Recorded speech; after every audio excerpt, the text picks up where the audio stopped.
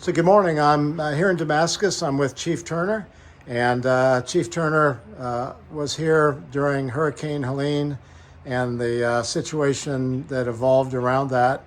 He's been here for some time, so I appreciate Chief Turner, you taking the time to sit down or stand here and talk with me about the things that have gone on. If you could just tell us a little bit about yourself and a little bit about the community. Of course, Trail Days happens here, so it's quite a hiker community, but the devastation of Helene was had quite an impact on the community. So thanks for chatting with us. Yes, sir. Like you said, my name's Kermit Turner. I'm the chief of police. I'm also chief of the fire department.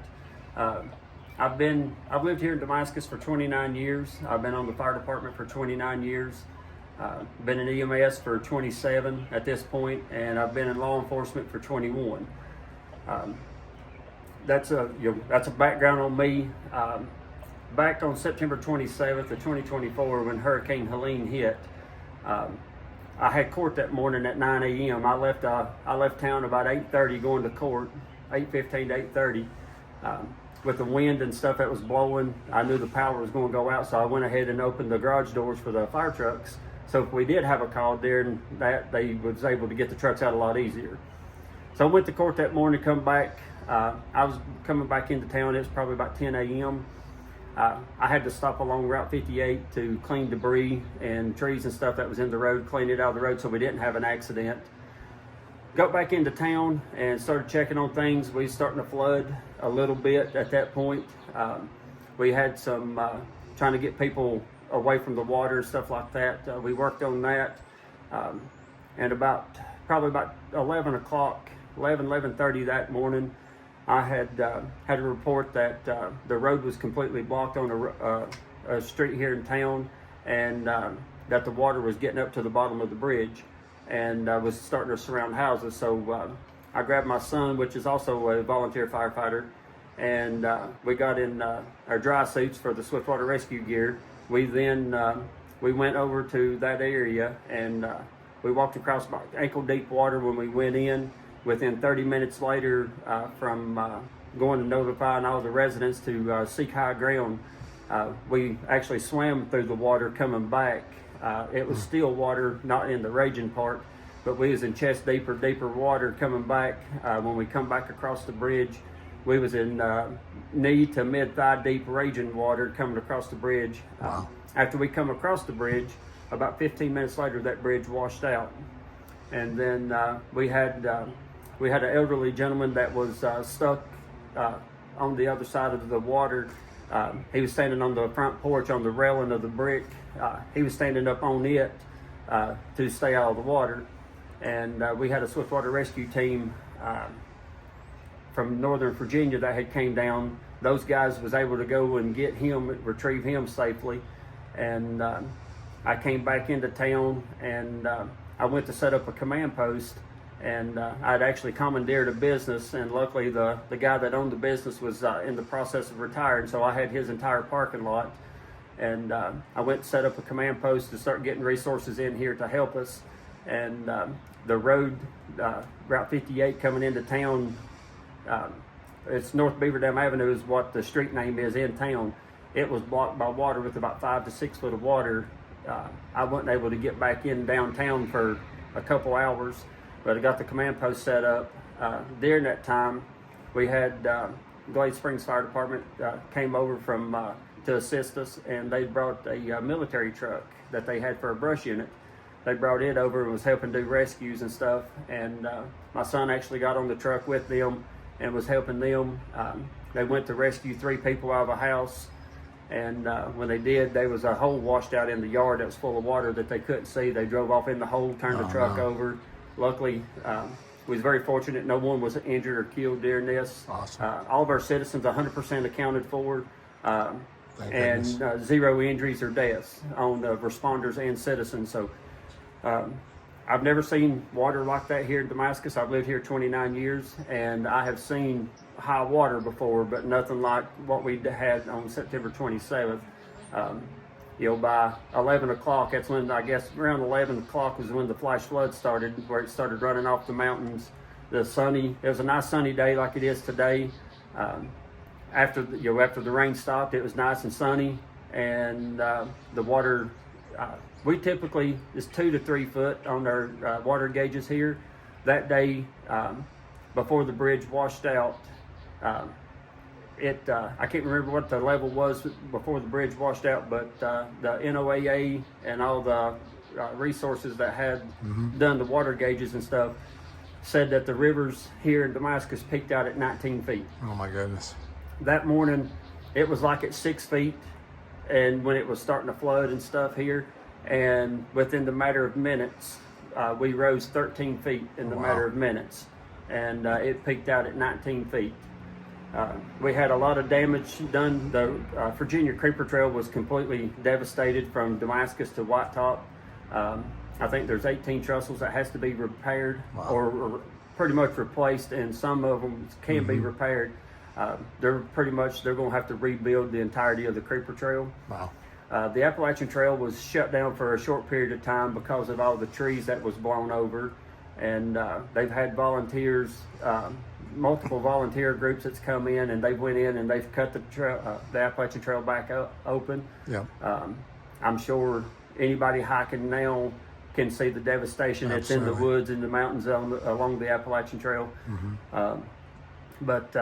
We had several businesses that were shut down because of that. All the bicycle shops that we had for that rented bicycles for the Virginia Creeper Trail, they all shut down that day.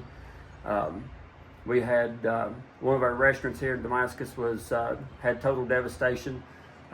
They had 3 to 4 foot of water inside of it, and they are now in the process of rebuilding. And I think their estimated date is April the 10th. Yeah, I think they're opening this weekend. Yeah, they're going to be open tomorrow, I think, if everything works out. So that's great to have that. And that's the Damascus Diner. They're going to be opening back up hopefully tomorrow. And I think the same owners are Wilson's Cafe, right? And yes. I've eaten there twice, and it's absolutely delicious. Yes. He has really good food and good atmosphere and stuff like that. A great place to eat. We had a lot of businesses that was impacted by that. Damascus was shut down for about 2 weeks. We set up where our command post was. We had the traffic shut down there. If they was not a local resident, if they did not live in the town of Damascus, then we turned them around and sent them back. We'd actually done a press release, myself and the town manager. We'd done a press release about the devastation and about the Hurricane Helene, and that's one of the things that we asked the local media if they would please not air it multiple times and run it in the ground, so to speak. That way we didn't have so many looky-loos just coming to see other people's devastation. That's nothing to see. The outpour of support from throughout Southwest Virginia, East Tennessee, and all over. I had an agency.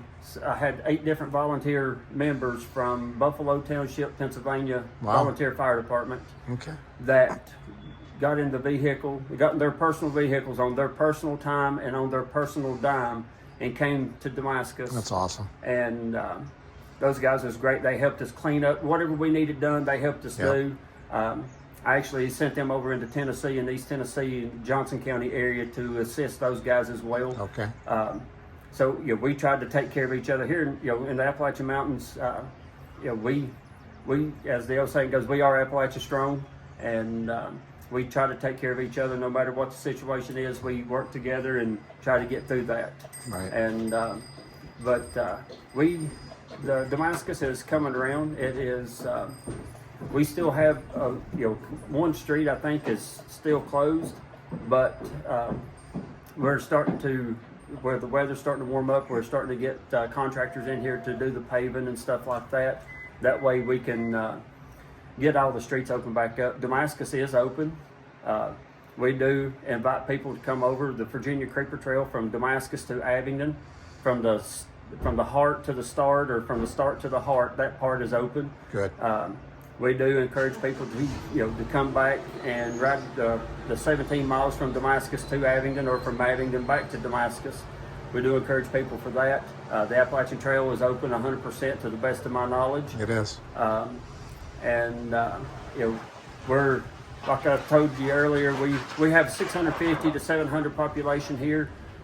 We're a tourist town. Before Hurricane Helene, it would be nothing for us to have 5,000 to 7,000 people any given weekend riding the Virginia Creeper Trail. The month of May, we have our annual Trail Days event. It's usually the weekend after Mother's Day. We go from the 650 to 700 population to about 25 to 30 plus thousand people here in a 0.84 square mile town. Incredible. It's a lot of long hours for myself and the other law enforcement agencies that assist me with this, but it's an event that is very beneficial to the town, to the townspeople, and to the businesses here in Damascus. We do rely on those guys a lot. I have a large crowd of the hiking community that I'm personal friends with, and it's almost like a family reunion every year. That's awesome. When they all show back up for Trail Days. I've been doing Trail Days. This is my 22nd year as law enforcement for Trail Days, and so I look forward. It's like I said, it's like a family reunion, meeting with the guys and the girls and stuff that I've met over the years. Right. And I've met some very interesting people over the years. I bet you have. And some unique people and great people. Good. It's a good time that we have here, and we do have a lot of long hours that we work, but we enjoy it, and we look forward to it again this year.